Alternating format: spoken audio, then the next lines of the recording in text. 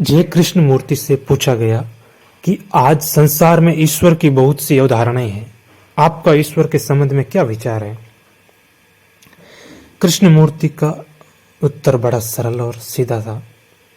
सबसे पहले हमें यह पता लगाना चाहिए कि अवधारणा से हमारा मतलब क्या है, सोचने की प्रक्रिया से हमारा क्या अभिप्राय है। क्योंकि अंततः जब हम किसी अवधारणा को प्रतिपादित करते हैं, जैसे ईश्वर को ही लें, तो हमारा यह प्रतिपादन, यह अवधारणा हमारे संस्कारों का ही परिणाम होती है। एक तो वे लोग हैं जिन्हें बचपन से ही ईश्वर को न मानने में प्रशिक्षित किया गया है, और दूसरे वे हैं जिन्हें ईश्वर में विश्वास का प्रशिक्षण मिला है, जैसे ही आप में से अधिकतर हैं।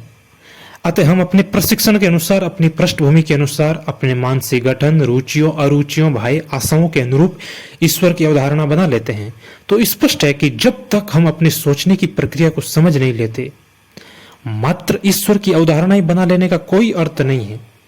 क्योंकि विचार तो अपनी रुचि के मुताबिक कुछ भी प्रक्षेपित कर सकता है। यह ईश्वर को निर्मित भी कर सकता है, नकार भी सकता है। हर व्यक्ति अपनी प्रवृत्तियों, सुखों व पीड़ाओं के अनुसार ईश्वर को आविष्कृत अथवा विनष्ट कर सकता है। इसलिए जब तक विचार सक्रिय है, नुस्खे बना रहा है, कल्पना कर रहा है, तब तक जो समय से परे है उसे कभी नहीं खोजा जा सकता। ईश्वर का यथार्थ का अन्वेषण केवल तभी हो पाता है जब विचार का समापन हो जाता है। अब जब आप पूछते हैं आपका ईश्वर के बारे में क्या विचार है, तो आपने पहले से ही अपने विचारों की लीक बना ली है कि नहीं। विचार ईश्वर को निर्मित कर सकता है तथा जो निर्माण इसने किया है उसका अनुभव भी कर सकता है, पर निश्चित ही वह सच्चा अनुभव नहीं है। यह तो विचार अपने प्रक्षेपण का ही अनुभव कर रहा है, अतएव यह यथार्थ नहीं है। परंतु यदि आप और मैं इसकी गहराई को देख सकें तो संभवतः विचारों के प्रक्षेपण मात्र से अधिक विराट किसी तत्व की अनुभूति कर पाए। वर्तमान समय में जब दिन ब दिन बाह्य रूप से असुरक्षा बढ़ रही है, तो स्वभावतः आंतरिक सुरक्षा के लिए भी लालसा तीव्र होती जा रही है।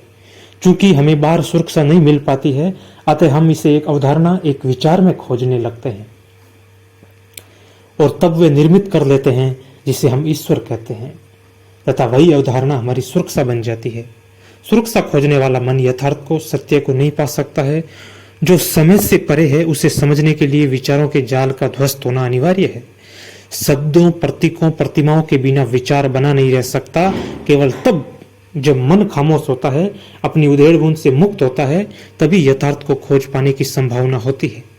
अतः ये पूछना कि ईश्वर है या नहीं समस्या के प्रति अपरिपक्व प्रतिक्रिया है। ईश्वर के बारे में मतों का प्रतिपादन करना वस्तुतः बचकानी वृत्ति है। जो समय से परे है उसकी अनुभूति, उसके बोध के लिए स्पष्टतः हमें समय की प्रक्रिया को समझना होगा। मन समय का परिणाम है। ये बीते हुए कल की स्मृतियों पर आधारित है।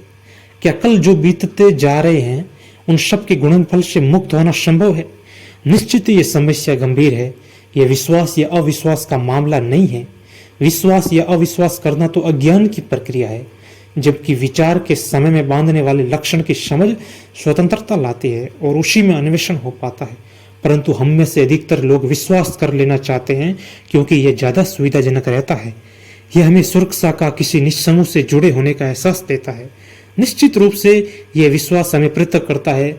आप एक बात में विश्वास रखते हैं और मैं दूसरी में, तो विश्वास एक बाधा की तरह काम करता है। यह विघटन प्रक्रिया है। अतः मैं तो समय विश्वास या अविश्वास को पोषने का नहीं, अपितु यह समझ लेने का है कि यह मन ही है, विचार ही है जो समय का निर्माण करता है। विचार समय है और विचार जो भी प्रक्षेपित करेगा वह समय के अंतर्गत ही होगा। इसलिए विचार संभवतः अपने आप से परे जा ही नहीं सकता। जो समय के पार है उसकी खोज करने के लिए विचार का अंत हो जाना चाहिए, और यह अत्यंत दुष्कर है। क्योंकि विचार का अवसान अनुशासन से, नियंत्रण से, अस्वीकार या दमन से नहीं हो सकता।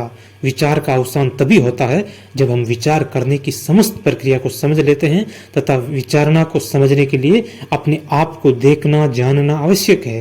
विचार ही स्व है। विचार वह शब्द है जो मैं के रूप में अपनी पहचान बना लेता है, तथा उच्च या निम्न, चाहे जिस स्तर पर स्व को रखा जाए, होता ये विचार के ही क्षेत्र में है।